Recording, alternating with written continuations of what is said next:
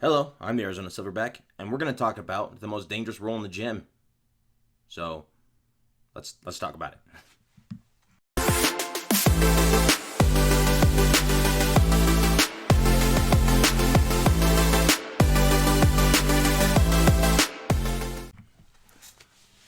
All right, the most dangerous role in the gym is the black belt that rips your arms off your body and reattaches them to your feet.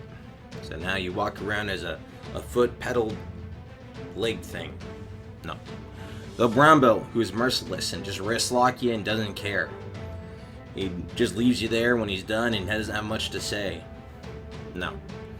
The purple belt, who's trying to make a name for himself, so he manhandles you, doing circles and knees on you just to show how good he is and no longer has a blue belt. Tis the blue belt. The guy who has just enough experience to start figuring out Jiu Jitsu. No. The white belt. Yeah. So the white belt isn't as harmless as you think. You're actually one of the most dangerous ones out there. And the reason is because you're unorthodox. You're willing to try things that nobody else is.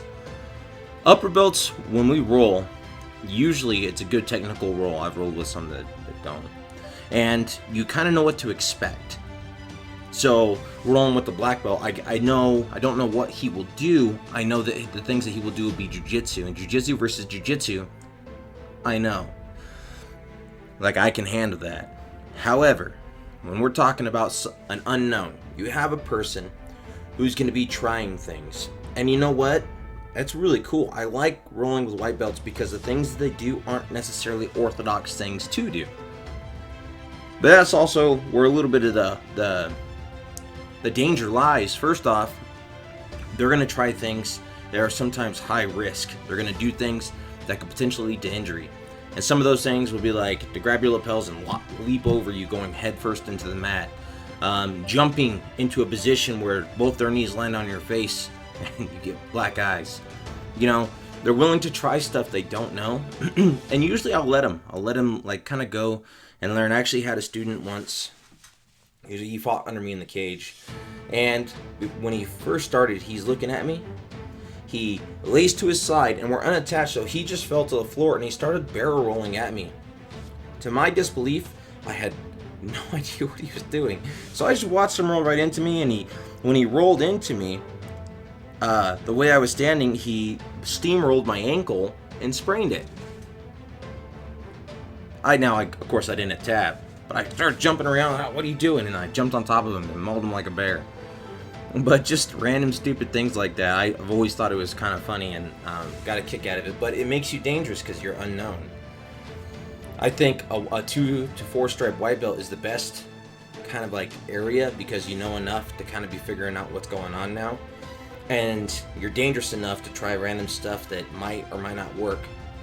And hopefully by that time you're past the elbows and knees to the face. But the most dangerous person in the gym, believe it or not, is the white belt. So what I usually don't do is I don't put a white belt with a white belt, and the reason is that is bad news. When you got two people who don't really know even how to fall yet, so like in my gym, if two white belts fight, it has to be a 2 stripe and above with somebody who's not. Also, they both start on their knees because that's how people get hurt. If it's a blue belt and above with the white belt, they can stand up and they can learn that way, but just to keep it extra safe, I have to make sure that white belts don't mess each other up. So I don't let brand new people roll brand new people, and it just keeps everything safe because white belts are the most dangerous belts. And there's grapplers out there who will hurt you and are dangerous. Like they don't know any better and they just don't ever learn or relax. But most of the time, the most dangerous guy in the gym is a white belt. Well, anyway, that's really all I have for you today. We're getting back to normal.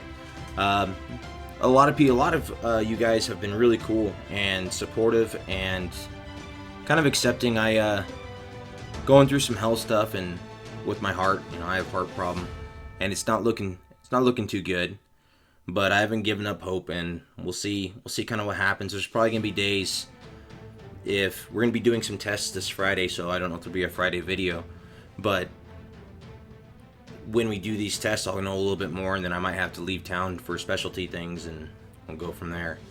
And I was also thinking about doing some product reviews. Let me know what you think about that. So I don't know what you guys know about gi companies, but I was thinking about ordering maybe some King's gis, some Breakpoint gis, some Fuji gis, 93 brands. These are all companies I've used before. And I was going to do product reviews on the gis and the quality and what I think about it and what to look for in gis and the care and treatment. So I'll do like a product review of that.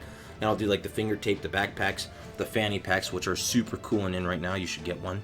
And if you want to get one, look at the Fighters Market. Great one. And the idea is not to be pushing my ideas on it, but to educate you about the product and what you're buying. Let me know if that's something that interests you. Well, I'm the Arizona Silverback, and now you know. See you next time.